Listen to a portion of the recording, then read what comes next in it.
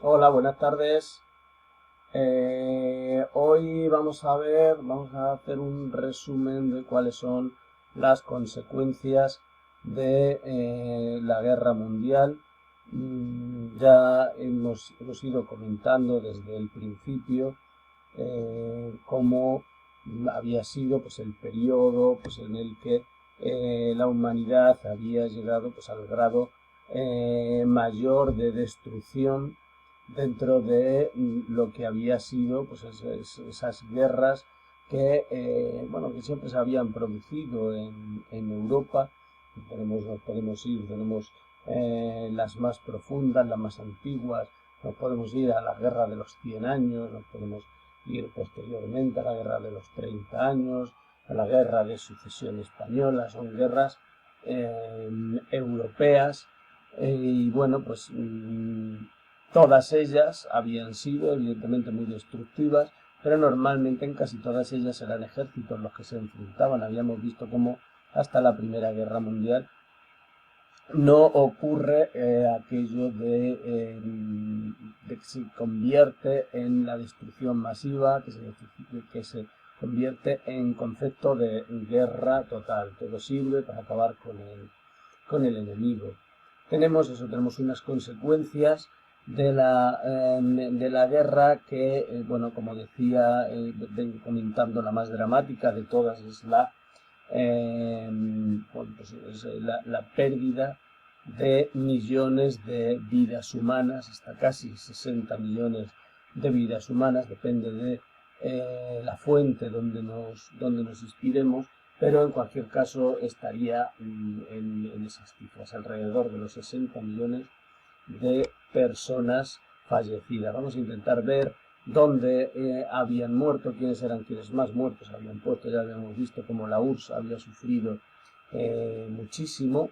Y bueno, pues como digo, además de estas muertes, pues también va a haber, bueno, va a haber esos desplazamientos que habíamos visto, hasta 50 millones de desplazados, 3 millones de desaparecidos. Bueno, lo que tenemos es absolutamente, bueno, es absolutamente brutal. Es una catástrofe humanitaria como no había habido a lo largo de la historia, nunca jamás. Además, la economía de todos de todos los países europeos va a quedar nuevamente arrasada. Ya había ocurrido durante la Primera Guerra Mundial, había tenido que venir Estados Unidos para para volver a poner en funcionamiento las economías europeas. En este momento va a ocurrir lo mismo. Estados Unidos va a venir a la parte de Europa occidental para hacerse cargo bueno, de su desarrollo después de esta Segunda Guerra Mundial, para que no cayesen en las redes del comunismo, que estaba también en absoluta expansión. Veíamos ayer también cómo tenemos esas dos potencias hegemónicas que van a aparecer tras el final de la Segunda Guerra Mundial. Dos de los antiguos aliados, la Unión Soviética y los Estados Unidos, se van a ver enfrentados hasta 1991, en que se desmorona ese imperio que había sido la Unión Soviética. Se va a inaugurar, después de la Segunda Guerra Mundial, como queda marcada, una nueva etapa en la historia de la humanidad, marcada por esa situación de Guerra Fría, como se va a llamar posteriormente, a ese enfrentamiento entre esas dos grandes potencias que a la par van a mantener el equilibrio durante muchos años, la paz, precisamente en esa escalada bélica, en esa escalada de armamentística que van a llevar, y esa amenaza que se supone la una con respecto a la otra, finalmente va a ser lo que va a mantener el equilibrio. Bueno, va a ser ese momento, como digo, de bipolarización de la sociedad y Guerra Fría. Todas las relaciones geopolíticas que va a haber a partir de este momento van a estar marcadas por esta situación.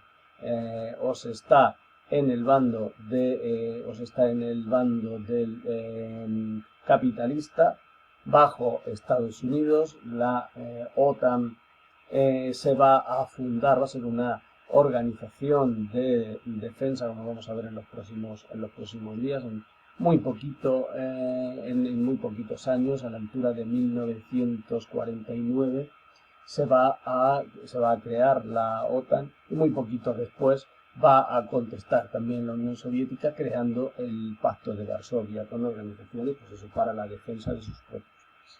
En cualquier caso, vamos a continuar.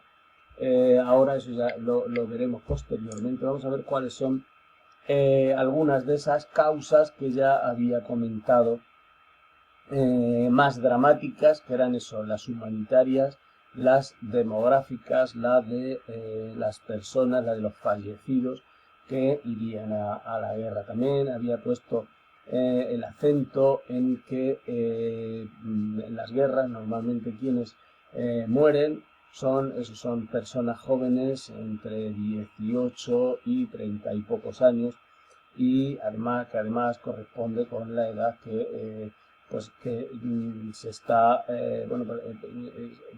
capacitado, no, porque capacitado están todos, pero que es el momento en el que está más adaptado para la procreación y para el cuidado de los niños. Sin embargo, en estos momentos pues los hombres están en la guerra. La Segunda Guerra Mundial es la contienda que más víctimas ha causado en la historia de la humanidad. Como vengo diciendo, dependiendo de cada una de las fuentes, serían alrededor de 60 millones de personas los que mueren, a los que habría que sumar aproximadamente otros 65 millones de heridos, 3 millones de desaparecidos y otros 50 millones de desplazados o de refugiados. A diferencia de otras guerras, la mayoría de estas víctimas, como había dicho antes, fueron civiles, no combatientes. Se habían producido en las retaguardias, aparte de todo lo que representaba esos bombardeos de las ciudades, bombardeos de la población civil. Además, todo lo que tenía que ver con el concepto de guerra total, con el acabar con el enemigo de cualquier forma, haciéndole daño allí donde más le doliera, incluso en hospitales o a sus familias, en sus propias casas. Pero además de esto se van a producir pues esos asesinatos masivos que se va a llevar a cabo la ideología nazi. Habíamos visto cómo había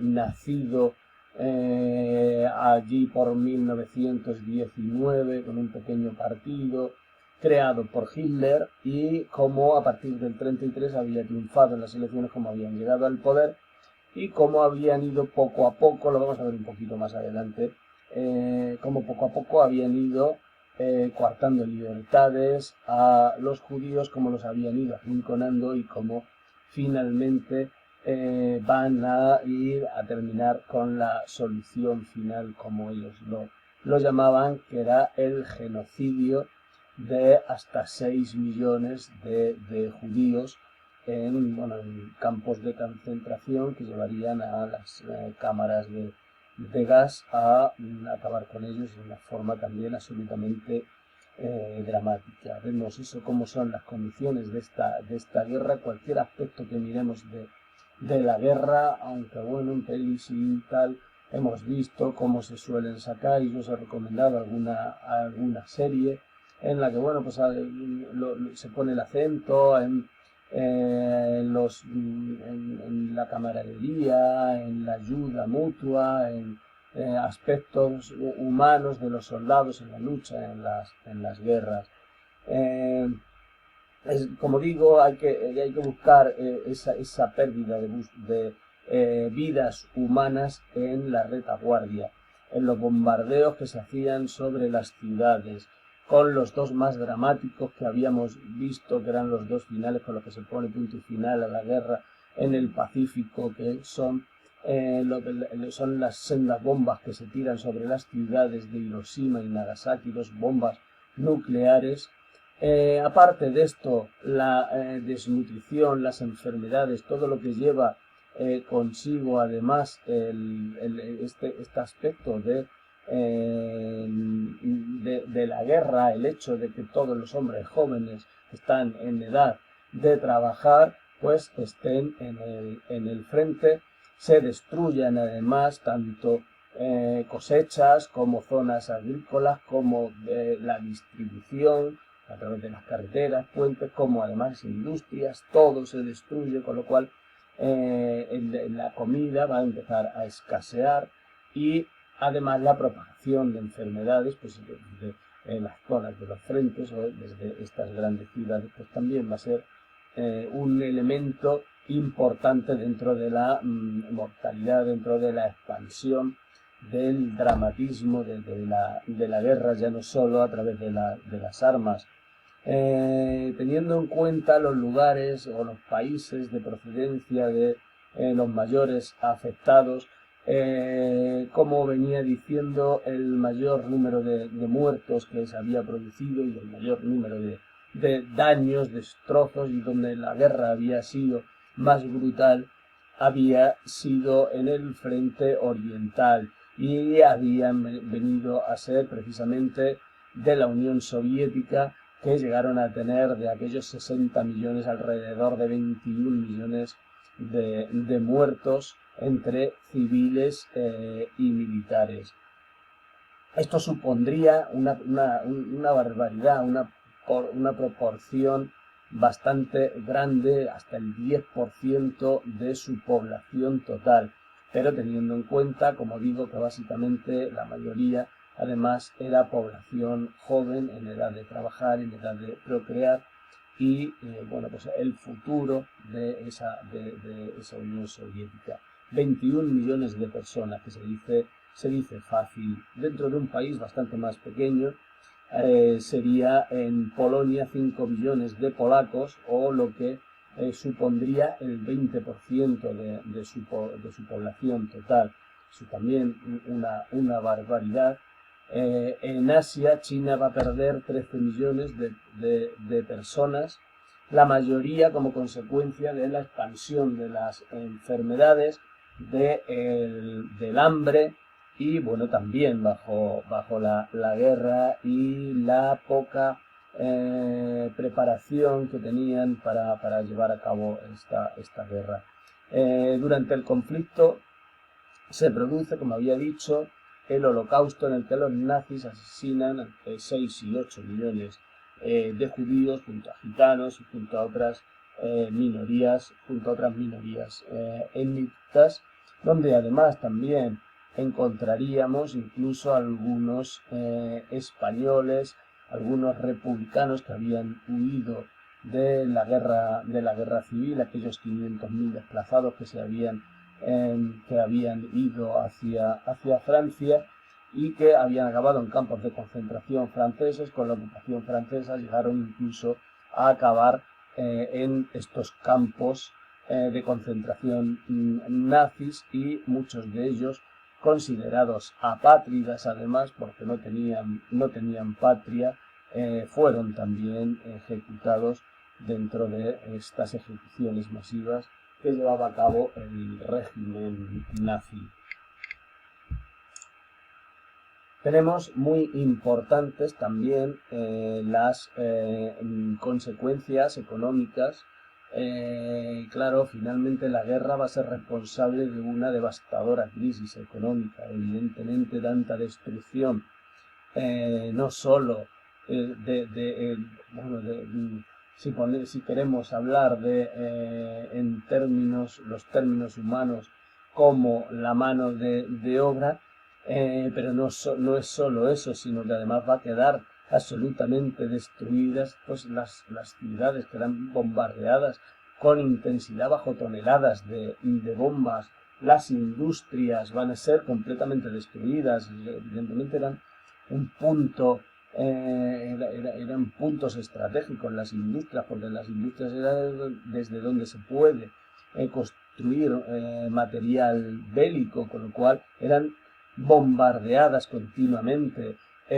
También eran bombardeadas toda la red de ferrocarriles y de carreteras, precisamente para que no se pudieran tampoco mover o para dificultar la movilidad de tropas y de armamento y de abastecimientos, con lo cual van a ser también objetivo militar todo ello, con lo cual van a quedar absolutamente destruidos en su mayoría. La industria de paz podría adaptarse a las necesidades bélicas, como digo, de ahí que las industrias pues fueran atacadas continuamente, y en todas las industrias pues se construyesen o estuviesen dedicadas hacia el fin de la guerra, dentro de ese concepto de guerra total. Al final de la guerra se haría muy difícil reconvertir esa industria en una industria de bienes y servicios para los habitantes. Las viejas potencias europeas, el Reino Unido, Francia y Alemania, van a perder el liderazgo definitivamente, el liderazgo económico en beneficio de los Estados Unidos. Esto ya había ocurrido. El líder económico indiscutible es Estados Unidos a partir de la Primera Guerra Mundial, como ya habíamos visto. Habíamos visto después de la crisis del 29 cómo habían sufrido los Estados Unidos también ante esta crisis, pero más sufrieron los países europeos. Nunca, jamás, después de la Primera Guerra Mundial estuvieron por encima, aunque alcanzaron unas cotas de felicidad gracias a la economía importantes, pero siempre fueron los Estados Unidos desde la Primera Guerra Mundial, aunque desde la Segunda definitivamente lo va a ser. De hecho, tendría que venir Estados Unidos a solucionar el problema económico de Europa para que no se expandiese el comunismo hacia los países occidentales. Tendría que venir con aquello que llamó el Plan Marshall, el plan de ayuda para la recuperación de la Europa capitalista.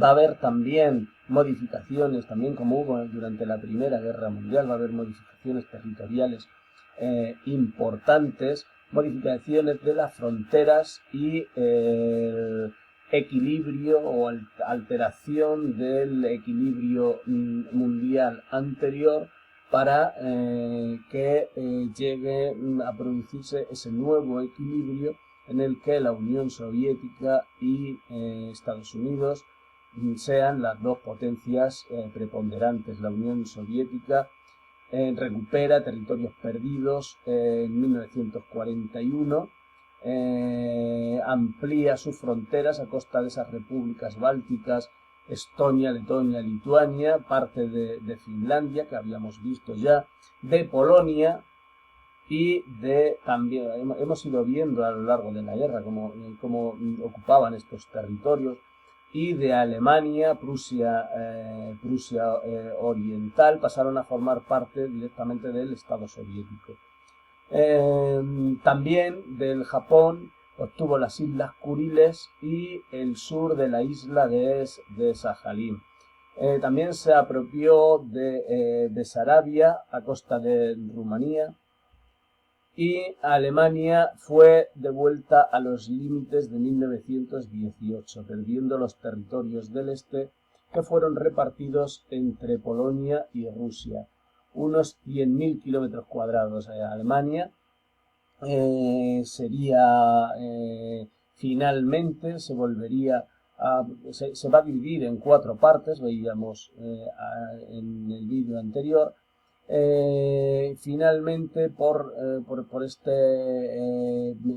este enfrentamiento entre la Unión Soviética y el resto de potencias, los aliados ahora de Estados Unidos, Francia y Gran Bretaña, pues se va a llevar a cabo la formación de la República Federal Alemana al oeste, con lo cual finalmente se va a determinar que va a volverse a crear este Estado alemán, que en principio se había determinado que Alemania tendría que desaparecer. Aún así va a tener unas pérdidas territoriales importantes.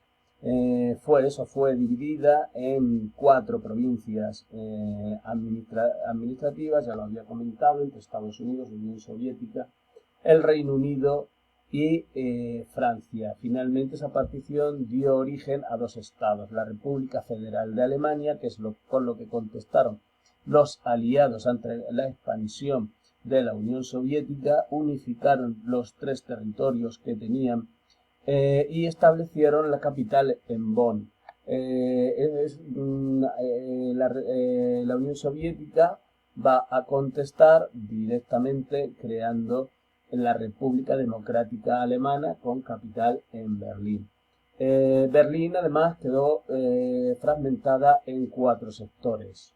Estos 4 sectores van a llevar a uno de los primeros enfrentamientos que va a tener dentro de lo que es del ámbito de la Guerra Fría, en el que se va a crear un puente aéreo para abastecer a los ciudadanos de esta parte de Berlín que estaba bajo los aliados, porque estaba cercada por la Unión Soviética. Ya lo veremos eso más adelante. Japón hubo de devolver también los territorios arrebatados a China, Manchuria y Formosa, que habíamos visto que había invadido.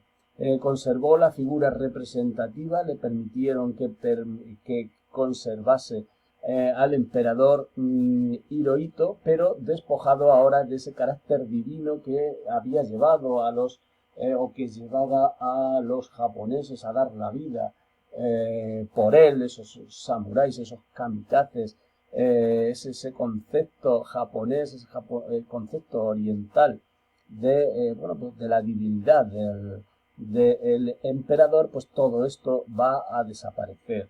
El país fue sometido a la administración de los Estados Unidos y a una profunda transformación democrática. Fue administrado por los Estados Unidos, fueron ellos quienes les pusieron o cambiaron, adaptaron al nuevo periodo de paz en transición para devolverle finalmente también dentro del ámbito capitalista en muy poquitos años, devolverlo a los japoneses y pues que continuasen una evolución creciente que sería definitiva hasta nuestros días. Tenemos también unas importantes consecuencias políticas.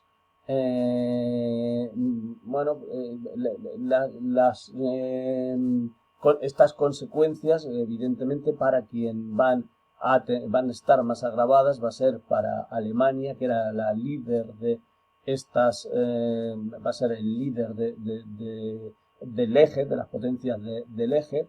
Va a ser la más perjudicada después de la guerra. Incluso, como vengo diciendo, se pensó en la destrucción total de lo que era el Estado alemán, la desaparición del Estado alemán.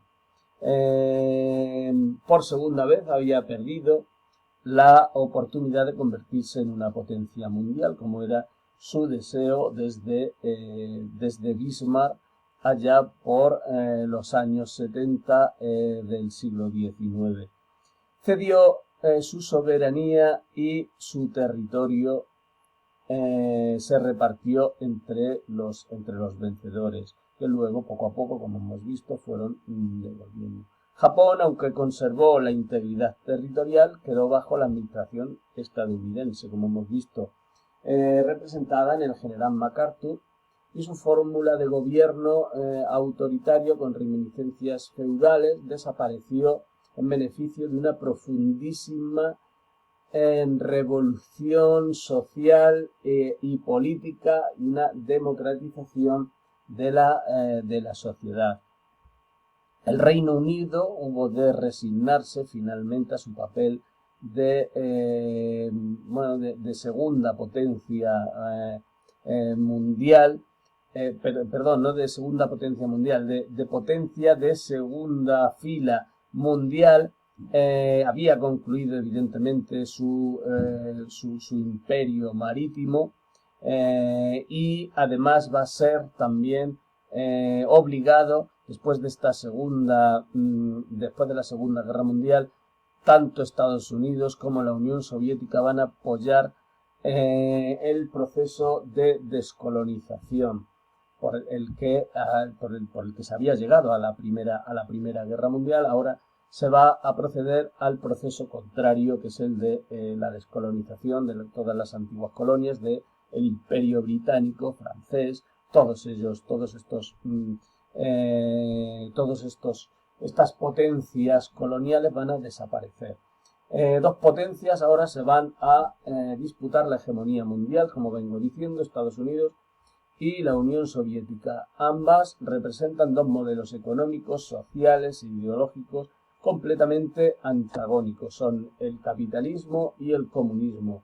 Su rivalidad se va a hacer patente durante los próximos años o los siguientes años a la Guerra Mundial, como digo, hasta 1991. Finalmente tenemos consecuencias ideológico-morales. El desastre humanitario y económico que había producido la guerra causó, como no podía ser de otra forma, una auténtica conmoción mundial, una desesperación, un desequilibrio dentro de la moral de millones de personas que habían sobrevivido a la guerra, pero que habían vivido ese dramatismo, habían visto cómo sus familiares de una u otra forma, todas las familias habían tenido bajas, habían quedado en la miseria, habían perdido absolutamente todo, o incluso acarreaban enfermedades o la pérdida de algún miembro, o todo tipo de problemas o de taras que podrían haber quedado con respecto a esta guerra. Tras la guerra, y con la excepción de Estados Unidos, quedaron sumidos en un profundo pesimismo que no se llegaría a superar hasta la década de los años 60. Evidentemente, pensar que el ser humano puede llegar a generar esa destrucción, a ver toda esa destrucción completamente, no debe de ser fácilmente superable.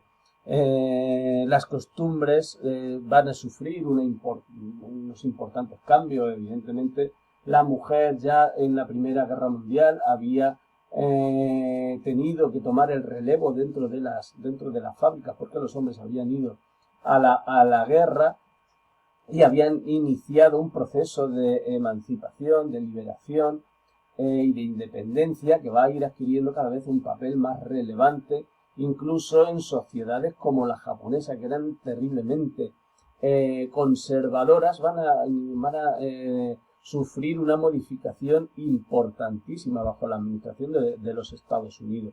Las minorías raciales, como la comunidad negra en los Estados Unidos, van a tomar también conciencia de su propio estado y van a intentar cambios. Evidentemente también habían participado en la Segunda Guerra Mundial como soldados, aunque habían estado combatiendo en batallones de negros y no tenían las mismas funciones que habían tenido los soldados blancos. Asimismo, también las relaciones personales también van a ir van a ir dentro de una mayor libertad. Van a aparecer distintas formas de familias de divorciados, nuevas parejas, hijos de solteros o solteras.